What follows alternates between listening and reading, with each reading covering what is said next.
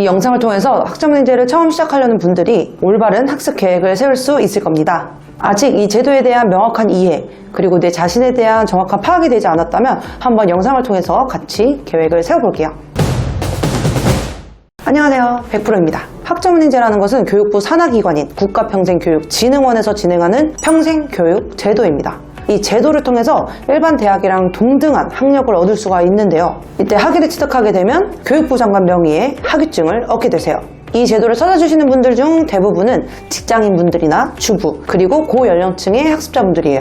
아무래도 대학과 다르게 빠르게 학위를 취득할 수 있는 제도이다 보니까 효율적으로 학위를 취득하기 위해서 이용을 하는 거죠. 교육대학원 진학을 위해서 학사 학위를 빠르게 얻으려고 하시는 분들, 혹은 편입을 위해서 좋은 성적 관리를 하면서 빠르게 학위를 얻고 싶으신 분들, 혹은 조금이라도 비대면으로 진행을 하면서 자격증을 취득하고 싶으신 분들, 이런 분들이 학점은행제를 많이 이용하고 계십니다. 그럼 여기서 학위를 취득하려면 어떻게 해야 할까요? 학위를 취득하기 위해서는 대학교랑 똑같이 학점을 모으면 됩니다.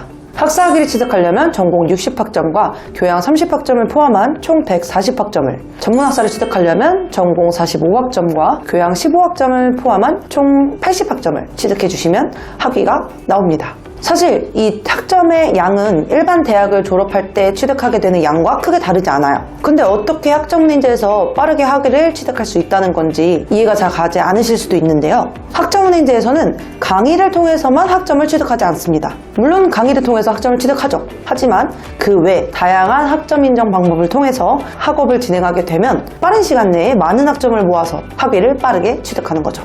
먼저 가장 대표적이라고 할 수 있는 강의에 대해서 설명을 드려볼게요. 강의는 대학교와 똑같이 한 학기에 15주 과정으로 진행이 됩니다. 수업도 있고 시험도 있고 과제도 있고 토론도 있어요. 하지만 학점은행제는 평생교육 제도잖아요. 이 평생교육 제도라는 것 자체가 부모님 세대들을 위해서 학습 기회를 제공하고자 만들어진 제도이기 때문에 난이도 자체가 일반 대학처럼 어렵거나 많은 시간과 노력을 투자해야 되는 정도는 아닙니다. 그리고 이 강의도 두 가지로 나뉠 수가 있어요. 온라인 강의와 오프라인 강의로 나뉠 수가 있어요. 대부분 학점은행제를 이용하시는 분들은 온라인으로 강의를 이수하고 계세요. 온라인으로 진행하게 되면 시공간의 제약이 없고, 그리고 더 요령껏 쉽게 이수를 할 수 있기 때문이죠. 성적 관리도 용이하니까요. 보통 이 온라인 강의가 학점은행제 모든 교육원에서 온라인 강의를 들을 수 있다고 생각하시는 분들이 많은데, 온라인 강의는 원격 평생 교육원에서만 이수가 가능합니다. 이곳에서 이제 내가 취득하려는 학점 기준에 맞게 강의를 수강하면 되는 거죠. 물론 온라인으로 진행되는 강의는 시험도, 과제도, 출석도, 토론도 모두 온라인입니다. 두 번째로는 이 강의를 통해서만 학위를 취득하게 되는 경우에는 시간을 단축해서 빠르게 학위를 취득하는 데는 한계가 있으니까 보통 우린 자격증을 활용하게 됩니다. 자격증이라는 거는 여러분이 알고 있는 그 자격증이 맞아요. 컴퓨터 활용 능력이라던가 산업기사, 기사, 워드 프로세서, 이런 여러분들이 아시는 이 자격증을 가지고 학점은행제에서는 학점으로 환산하여 인정을 받을 수가 있어요. 물론 모든 자격증이 인정되는 건 아닙니다.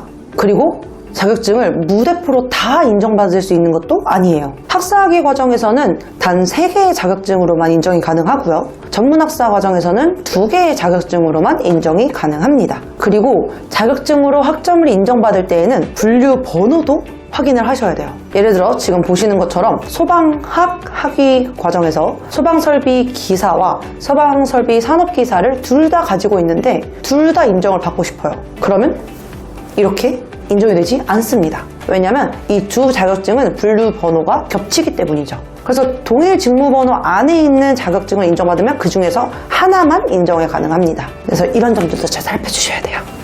그리고 세 번째, 전적대입니다. 대학을 잠깐이라도 다녀서 과목을 들은 게 있다거나 대학을 졸업하고 더 높은 학력을 취득하려고 하시는 분들은 대학교에서 들은 수업을 가져와서 인정받을 수가 있습니다. 여러분들이 편입할 때 이전 대학교에서 들은 수업 그대로 가져가면서 그 학교 교육과정에 맞게 다시 인정받고 시작하게 되잖아요.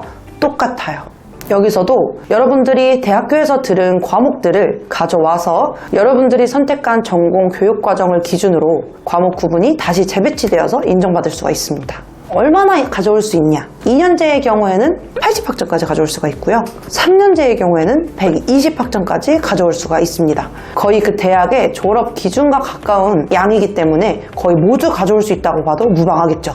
마지막으로는 독학사예요. 독학학위제를 줄여서 부르는 말인데요. 이 독학학위제는 국가평생교육진흥원의 또 다른 학위취득 제도예요. 이 제도는 시험을 통해서만 학위를 취득할 수 있고 1단계부터 4단계까지 존재합니다. 그런데 우리는 이 시험을 학위를 취득하려고 이용할 게 아니라 학점을 취득하려고 이용할 거예요. 단계별로 과목들이 있거든요. 1단계에는 교양 과목으로 국어, 영어, 윤리, 문학개론 뭐 이런 식의 과목이 있고 2단계부터도 전공별로 이런 과목들이 존재합니다.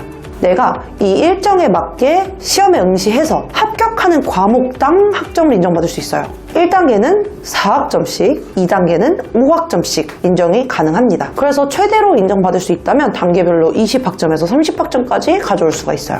이러한 방법들을 나의 상황, 목표, 전공 등에 맞게 활용해 보신다면 충분히 대학보다 훨씬 빠르게 학위를 취득할 수가 있습니다.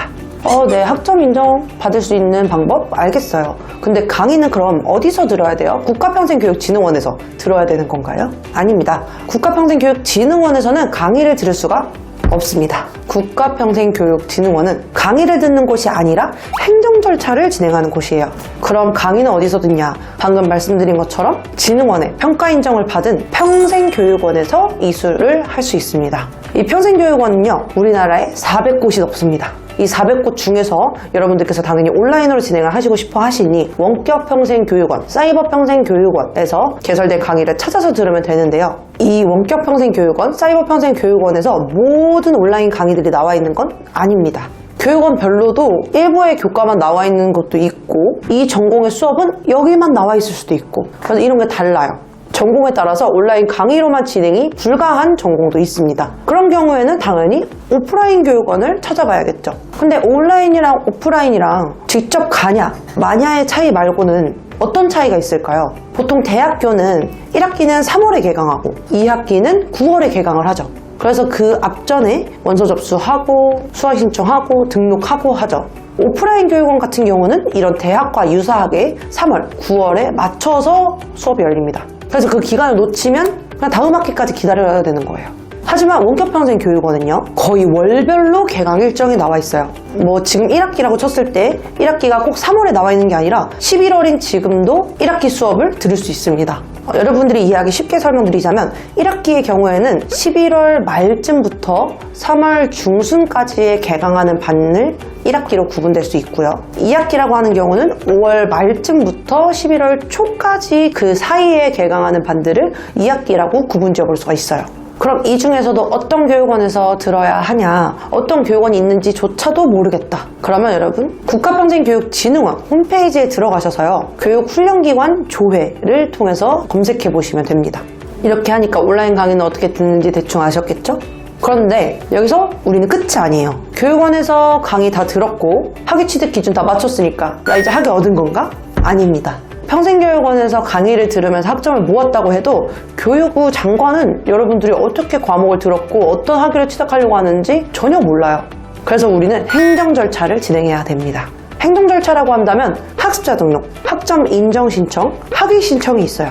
대표적으로 학습자 등록은요, 내가 학점은행제를 통해서 최종 학력은 이렇고 이런 전공에 4년제 학위를 취득할 겁니다 라고 신고하는 절차라고 보시면 돼요. 이러한 기본 정보를 학습자 등록을 통해 진흥원에 딱 보고를 해놓으면 여러분들이 취득하는 학점을 그 과정에 맞게 알아서 인정해줍니다. 학점 인정 신청은 여러분들이 강의, 자격증, 독학자, 전적대 이런 것들을 통해서 취득한 것을 나 이렇게 취득했어요 하고 알리는 절차예요. 그래서 여러분들이 학습자 등록을 해놨으니까 이런 학점 인정 신청을 하면 여러분들이 그 신청해 놓은 것에 맞춰서 학점이 인정이 돼요.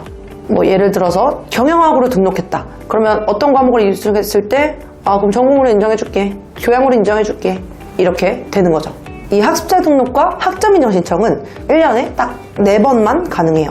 1월, 4월, 7월, 10월에만 가능합니다. 그래서 이 기간에 맞춰서 인정 신청을 해주셔야 돼요. 이렇게 인정 신청 다 하고 여러분들은 이제 마지막으로 학위 신청을 하게 되십니다.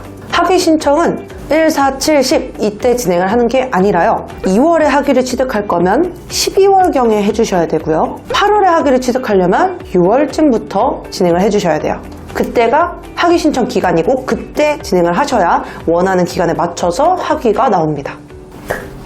자, 이렇게 학점은행제의 다양한 개념들에 대해서 설명을 해드렸는데요. 이 학위를 취득하기 위해서는 이러한 절차들을 거쳐서 진행을 해야 되는 건 맞지만 그 외로도 정말 세부적이고 다양한 조건들이 존재합니다.